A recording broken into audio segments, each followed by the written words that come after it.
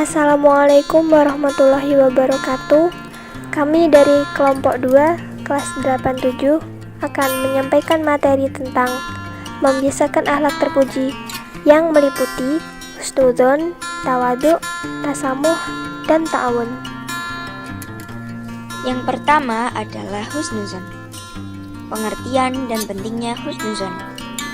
Husnudzon secara bahasa berasal dari bahasa Arab husnu, yang artinya baik, dan zan berarti dengan sangkaan atau keyakinan. Secara istilah, husnudzon adalah adanya pemikiran yang positif terhadap manusia lain, bahwa setiap manusia itu pasti mempunyai kebaikan yang bermanfaat bagi yang lainnya.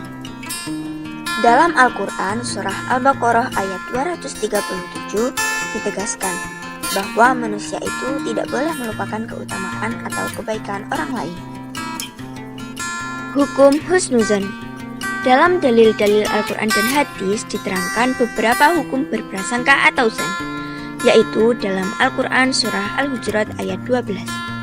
Diterangkan pula dalam sebuah hadis yang artinya dari Abu Hurairah radhiyallahu anhu, sesungguhnya Rasulullah shallallahu alaihi wasallam bersabda, "Sekali-kali janganlah engkau berburuk sangka, karena sesungguhnya berburuk sangka itu adalah perkataan yang paling bohong." Hadis riwayat Bukhari dan Muslim. Ada beberapa hukum husnudzon. Yang pertama adalah wajib, yaitu husnudzon kepada Allah Subhanahu wa taala dan para rasulnya. Terdapat pada Quran surat Yasin ayat 21. Yang kedua adalah mandub atau sunnah, yakni kepada saudara-saudaranya yang seiman. Yang ketiga adalah jaiz atau mubah, yaitu kepada sesama manusia pada umumnya. Berikut beberapa contoh husnudzon.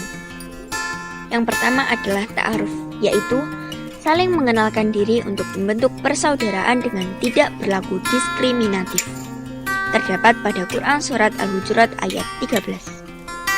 Yang kedua adalah mau melaksanakan kerjasama, saling membantu dan menolong.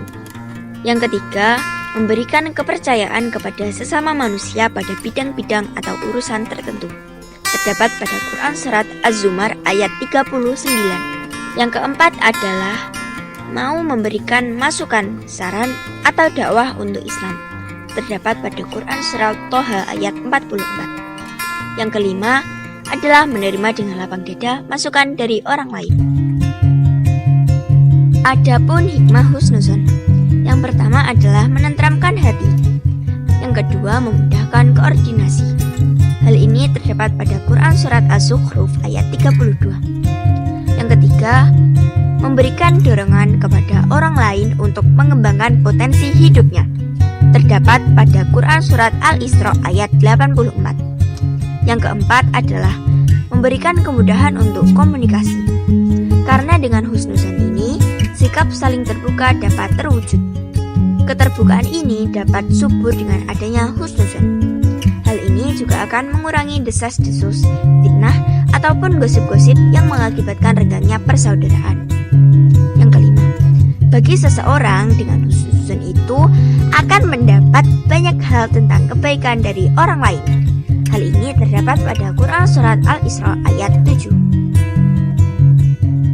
Berikut beberapa cara membiasakan diri bersikap husnudzon, yaitu tidak mudah menerima suatu berita yang tidak jelas sumber kebenarannya.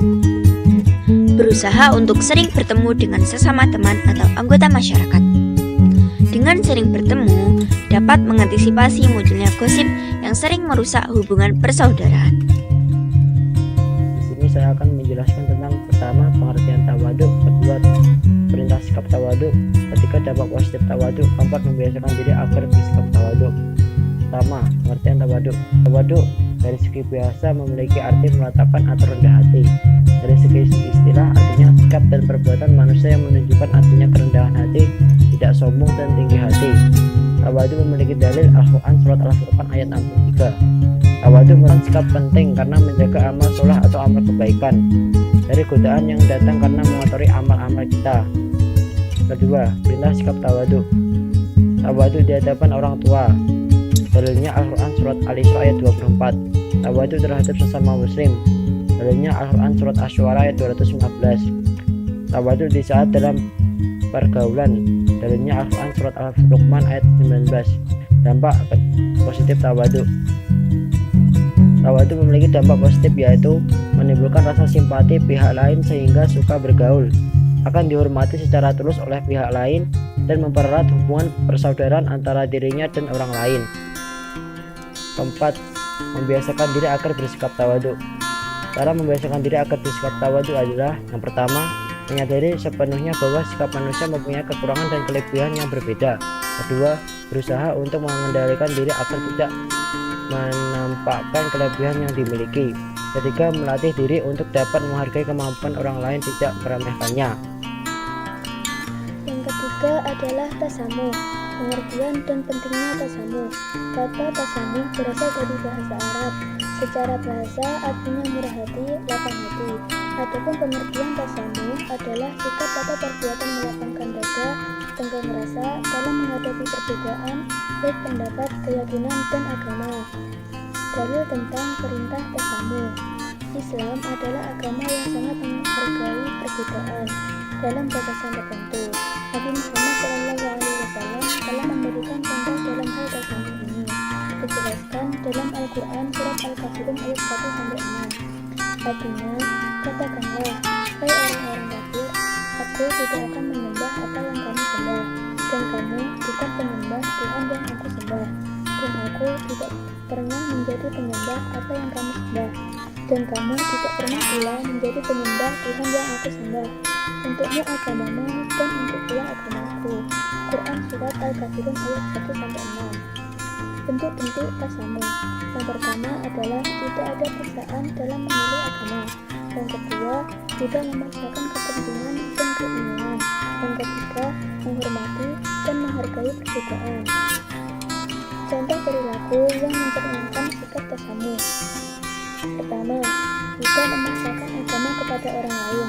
Kedua, tidak menghalangi hak orang lain walaupun dalam perasaannya terdapat rasa benci karena anaknya yang tercela. Yang ketiga, memberikan kesempatan kepada orang lain untuk memanfaatkan fasilitasnya. Yang keempat, memberi kesempatan orang lain untuk melaksanakan tugas kewajiban menurut keyakinannya walaupun terdapat perbedaan. Hikmah perilaku tasamuh. Pertama, dapat memberikan kesejukan jiwa bagi diri sendiri dan orang lain. Kedua, menimbulkan sikap dan perangai yang mulia. Ketiga, mendapatkan teman yang semakin banyak. Keempat, timbul rasa tenang pada diri sendiri dan orang lain. Kelima, memudahkan penyelesaian persoalan yang tampak sulit bagi orang lain. Keenam, mudah mendapatkan relasi. Ketujuh, jika mendapatkan kesulitan dan melakukan kesalahan, akan banyak orang yang menolong dan memahami. Membiasakan diri bersikap tasamuh. Yang pertama adalah memahami jalan pikiran orang lain atas perbuatan yang dilakukan. Yang kedua, menghargai dan menghormati hak-hak orang lain. Yang ketiga, mencoba mengetahui lebih mendalam atas perbuatan orang lain terhadap kita. Yang keempat, berusaha lebih teliti melihat perbuatan sendiri dan senantiasa mengevaluasi diri. Yang keempat adalah ta'awun. Pengertian dan pentingnya ta'awun. Kata ta'awun berasal dari bahasa Arab yang berarti saling membantu dan saling menolong. Menurut istilah, ta'awun adalah sikap atau perilaku membantu orang lain. Manusia sebagai makhluk sosial tidak bisa hidup sendiri, sehingga membutuhkan uluran bantuan dari orang lain. Dalil tentang perintah ta'awun. Yang pertama yaitu surat Al-Maidah ayat 2, yang artinya, dan tolong menolonglah kamu dalam perkara kebaikan dan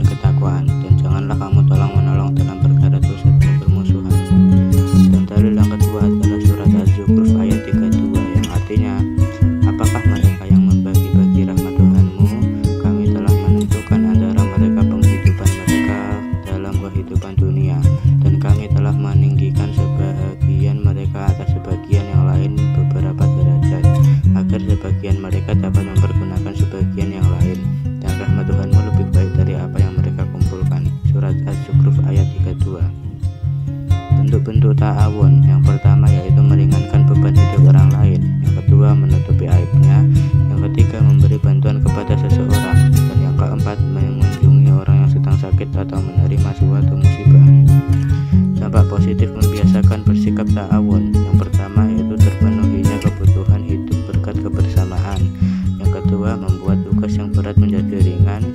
Yang ketiga, terwujudnya persatuan dan kesatuan. Yang keempat, menimbulkan rasa simpati pada sesama. Membiasakan diri bersikap ta'awun. Yang pertama, menyadari bahwa setiap manusia itu mempunyai kelebihan dan kekurangan. Yang kedua, membiasakan mengedepankan kepentingan bersama tanpa harus mengorbankan kebutuhan diri sendiri. Yang ketiga, membiasakan melihat potensi diri, baik dari segi keilmuan maupun materi, sebagai bahan mewujudkan kebersamaan. Sekian penjelasan materi dari kelompok kami. Jika ada kurang lebihnya kami mohon maaf. Wassalamualaikum warahmatullahi wabarakatuh.